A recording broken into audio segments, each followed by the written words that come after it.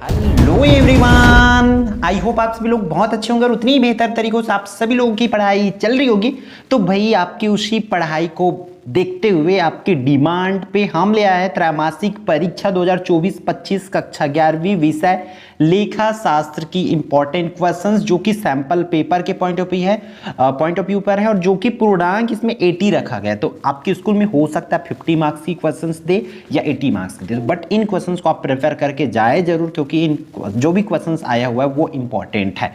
ठीक है, तो बस ध्यान से देखते चलेंगे। यहाँ पर 80 नंबर का रखा गया है, तो चीजों को समझते हुए चलेंगे। तो देखो 2 मार्क्स के लिए आपको प्रश्न पूछे जाएंगे। ठीक है, तो इसमें कुछ एक्स्ट्रा क्वेश्चंस भी डाला गया है यहाँ पर, ताकि आप उन क्वेश्चंस को भी प्रिपेयर कर पाओ। देखो, लेखांकन को परिभाषित कीजिए। लेखांकन क्या है उसको बताना है आपको।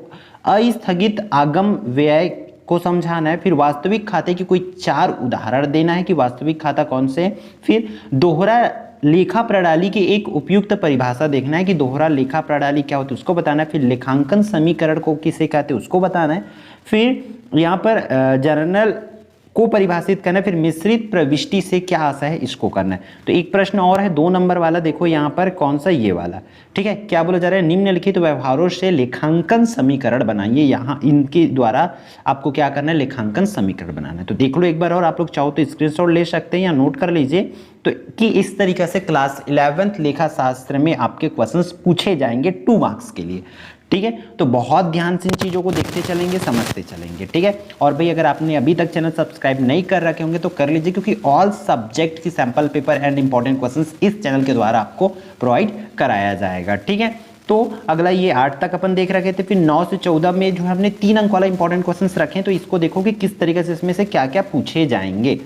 देखो, हो सकता है आपके स्कूल में कुछ कम चैप्टर हुए होंगे, तो आप उस टॉपिक को इसमें से हटा सकते हैं। तो देखो क्या बोला जा रहा है, निम्न व्यवहारों को प्रविष्ट वस्तु कॉर्पोरेशन की पंजी में कीजिए। ठीक है, यहाँ पर देखो 3 चीज देख, प्रमोद एंड कंपनी से उधार खरीदा 30,000 का, व्यापारिक व्यय हुए 250 रुपये का, सतीश को वेतन दिया 400 रुपये। तो इसके लिए आपको प्रविष्ट करना रहेगा। ठीक है, फिर उसी तरह से प्रश्न क्रमांक 10वां देखो, निम्नलिखित व्यवहारों को क्रय बही में लिखना है। क्रय बही में इसको लिखना है। यहाँ पर उन्होंने जो जो खरीदारी कर रखे हैं उसको क्रय बही बनाना है आपको, उसके हिसाब से आपको लिखना है। फिर प्रश्न क्रमांक 11वां क्या बोला जा रहा है कि लेखांकन की विशेषताएं लिखना है।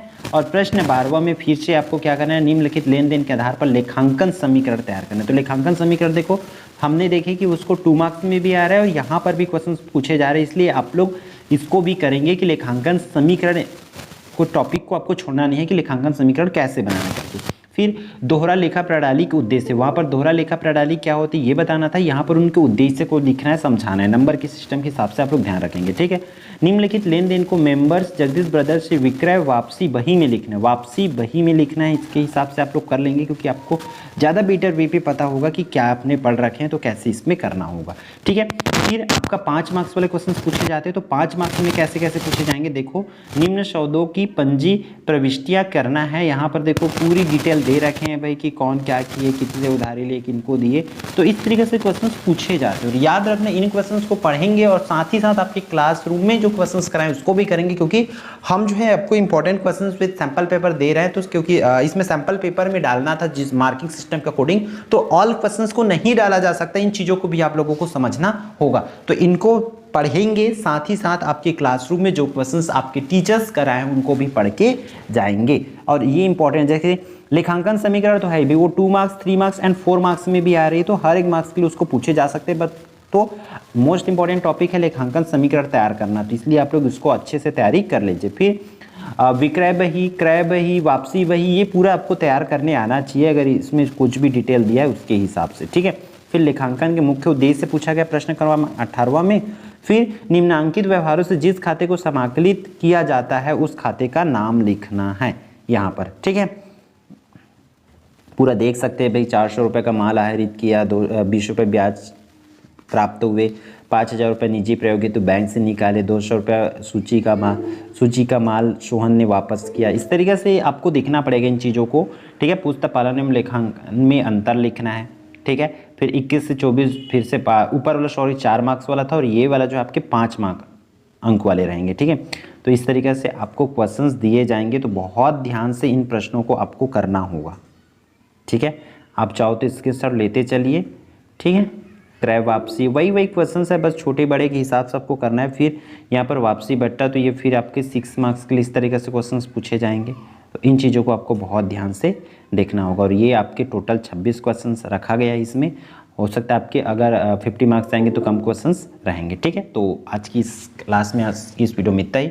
आप लोग सभी क्वेश्चंस को एक बार और ध्यान से देख लीजिए। मैं वापसी कर देता हूँ शुरू से, एक बार फिर से इसको रिप्ले कर देता हूँ, ताकि आप स्क्रीनशॉट अगर नहीं लिए होंगे तो स्क्रीनशॉट ले पाओ, ठीक है। तो इसको ध्यान से देख लेंगे। बस जहाँ पर ज़रूरत पड़ेगा आपको रोक सकते हैं वीडियो को और वहाँ से स्क्रीनशॉट ले सकते हैं, नोट कर सकते हैं कि क्या क्या आपको प्रिपेयर करना होगा, ठीक है।